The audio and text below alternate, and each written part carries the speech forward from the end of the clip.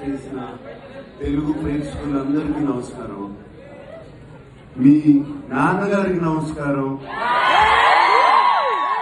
వాళ్ళు చూశారు, వాళ్ళు చూసి ఫస్ట్ ఈ సినిమాని హిట్ చేశారు. వాళ్ళకి థ్యాంక్ యూ. మీ అమ్మగారికి థ్యాంక్ యూ, మీ అన్నలకి థ్యాంక్ యూ, మీ తాతలకి థ్యాంక్ యూ.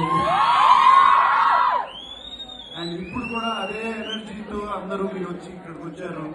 మీ అందరికీ thank you, thank you, thank you.